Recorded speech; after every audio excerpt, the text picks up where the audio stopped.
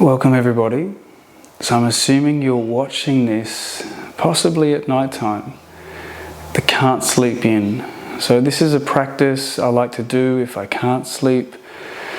Something that I've worked on over the years at those moments, especially around the full moon or other times when there can be a bit more stress in my life, or even just having stimulants at night time, chocolate, ice cream, all those things that can actually have that negative effect on our heart rate and nervous system in a sense of uplifting us when we really should be coming down and relaxing for the evening, or getting our nervous system and body into that natural stages of sleeping patterns where melatonin is starting to flood the brain and the body, where the light has darkened, which means that naturally serotonin starts to shift into melatonin and you're becoming tired.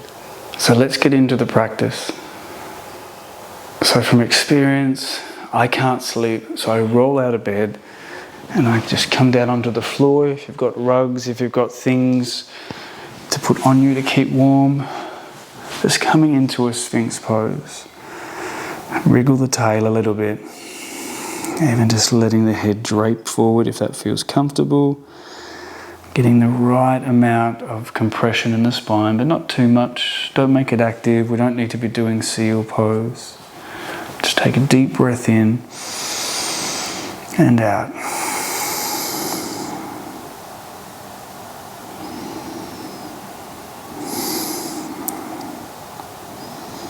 So we'll just gently hug and squeeze the kidneys. On top of there is the adrenal glands, which may be having a little bit of adrenaline in the system, depending on how sparked up we are. Even just take some long, deep breaths into the belly, some coherent breathing, around 6 seconds in, 6 seconds out.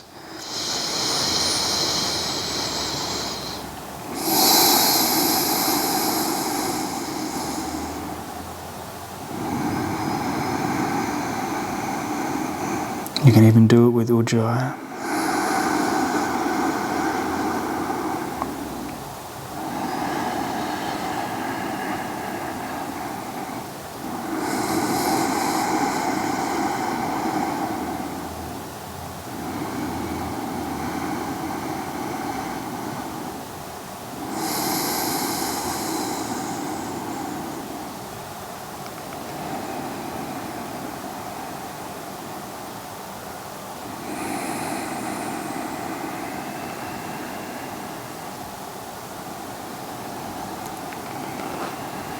You can even do some movements of the head as you do the breath.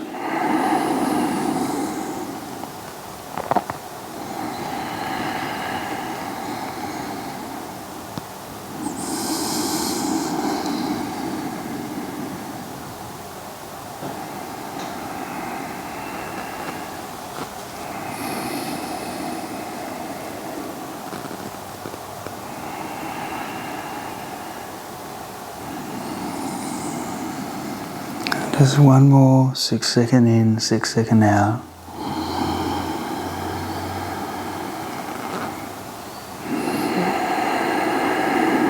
And just slowly release down. And just take your right arm out onto a little angle, either a nice wide V or the bent elbow. So just moving into what I call the butterfly arm stretch or the pec stretch. So feeling it through the right shoulder. Again, it can be quite just gentle, 1-2% of a stress through that shoulder. Top leg, left leg may be able to go back. And bending the other foot up, I like to do that little position. Maybe the feet stay down. Just breathing into that right rib cage, that right lung.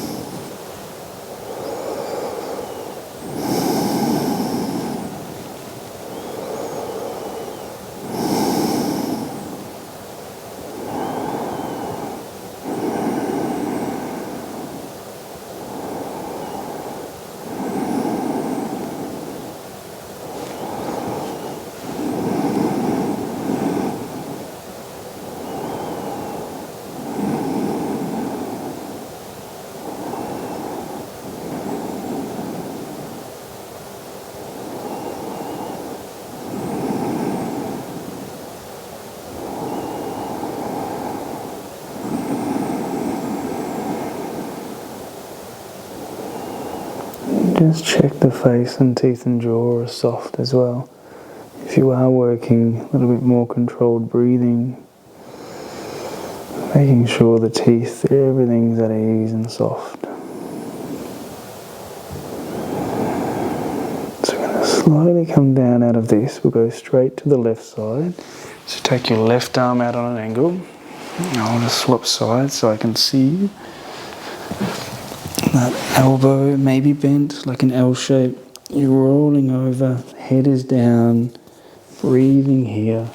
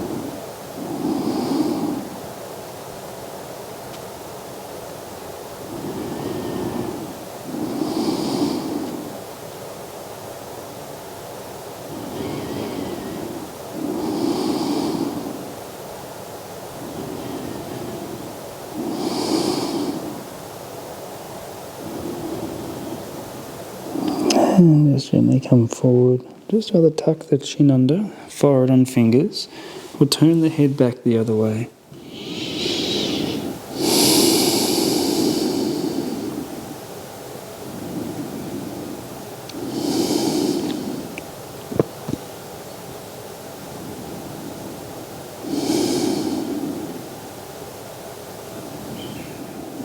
I'm now going to gently push back into a child's pose.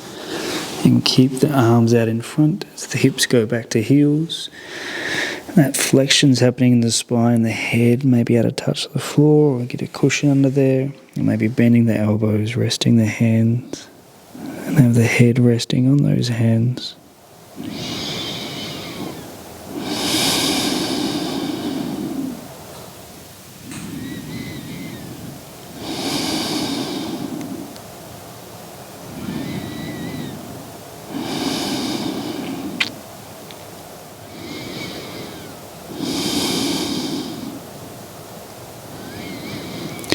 Slowly come up. And now we're going to work a forward fold caterpillar. So the legs are out in front, either just folding over bent knees if that's possible. Some of you may be able to even have straight legs. And just, as always with yin, just find an edge of the stretch. It doesn't have to be crazy, grabbing of the feet, lifting the chest, trying to fold forward. You can be nice and relaxed here, even if you have a cushion or a towel under the knees. Just trying to get that flexion in the spine. This takes away the hamstring stretch for me, so I wouldn't have as high a cushion. Without even having the arms resting under there, it can be a nice nurturing shape. Again, let the breath flow.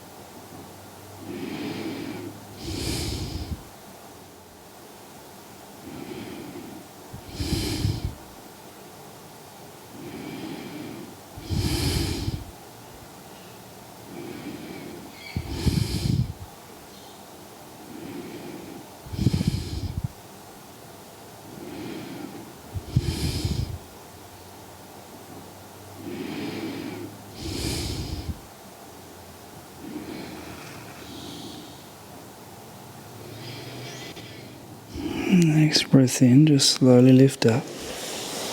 And I'll work into the swan. So that right knee is forward. And you're trying to get that left leg back.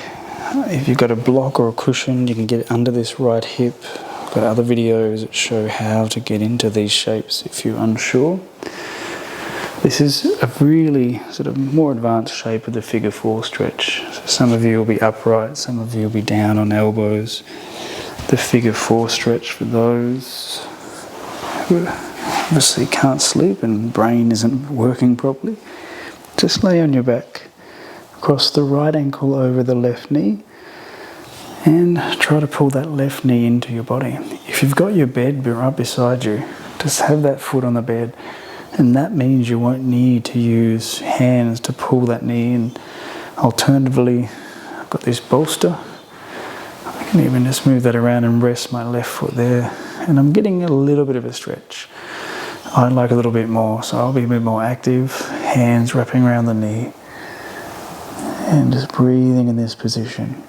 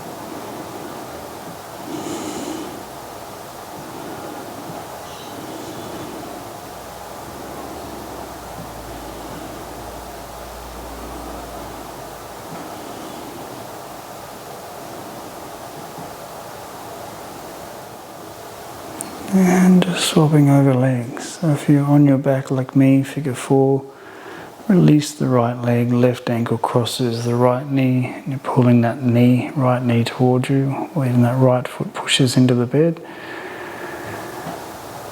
If you're doing the swan, you've rolled out of the swan hopefully by now. That left knee is going forward, and you're trying to get that right foot back, like a split position. Stretch is in this outer left hip. Some of you may be able to come down straight away, it might take you a couple of minutes. Whatever position you're in, just obviously let the body soften around the stretch you're feeling. The target area is that outer left hip, around the glute or deeper under the glute.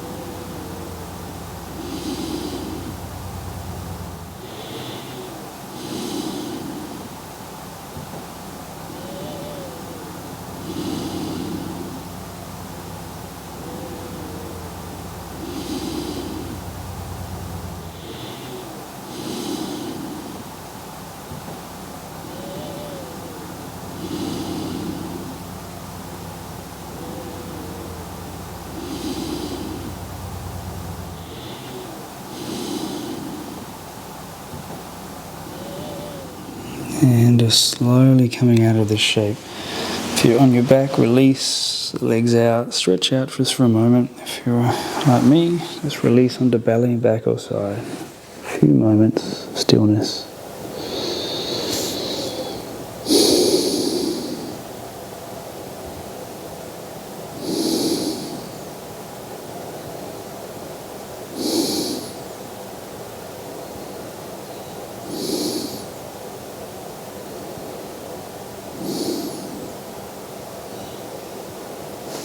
Then we're going to work our supine twist. So if you're not already, move onto your back.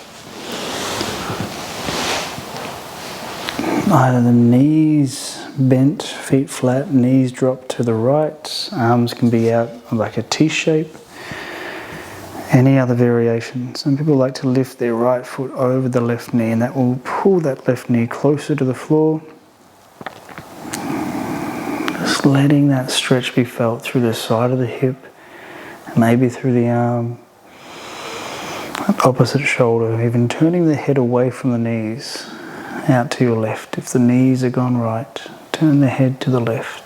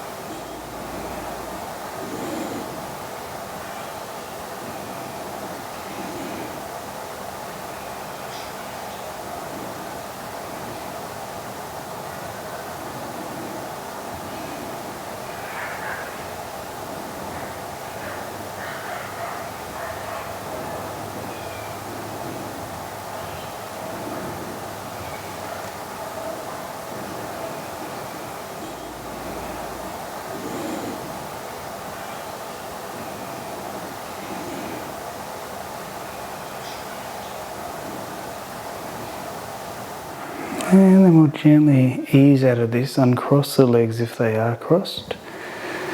Drop the knees the other way to the left. Either two knees dropping, maybe a cross of a leg, whichever way feels right.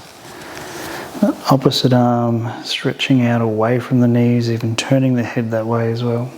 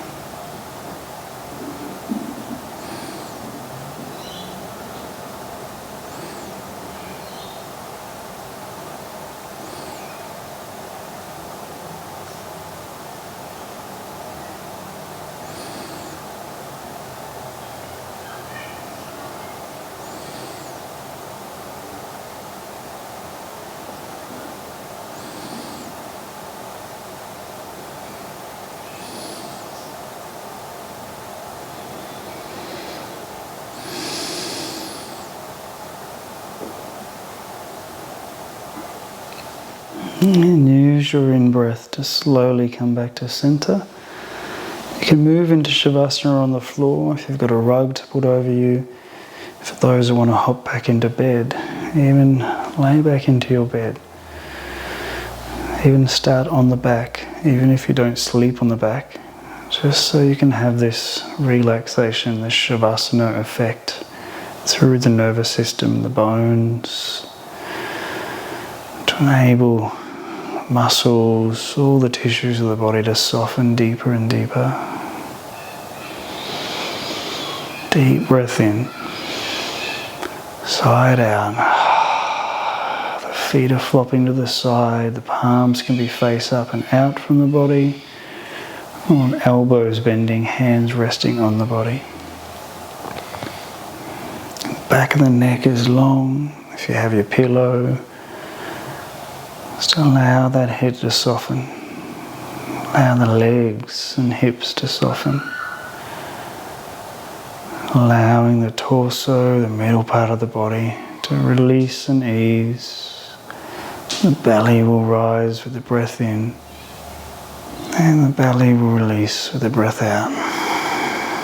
The arms and shoulders softening, releasing. The fingers, hands slightly curled. Breath deepening, releasing and easing the body deeper and deeper and further. Softening down, supported, and releasing into the floor.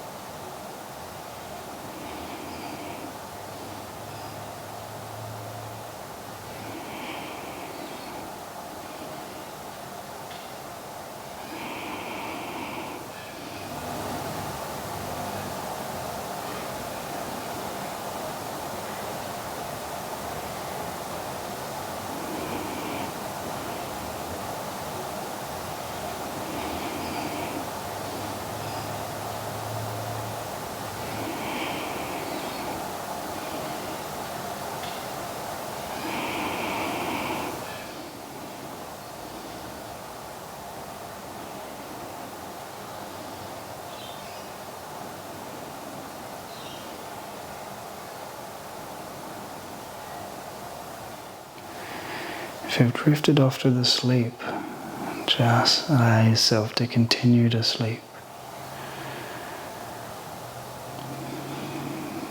Rolling over, if you're in bed, just moving into your full sleep mode. Allow yourself to drift off further and further to dreamland, to sleep, to rest.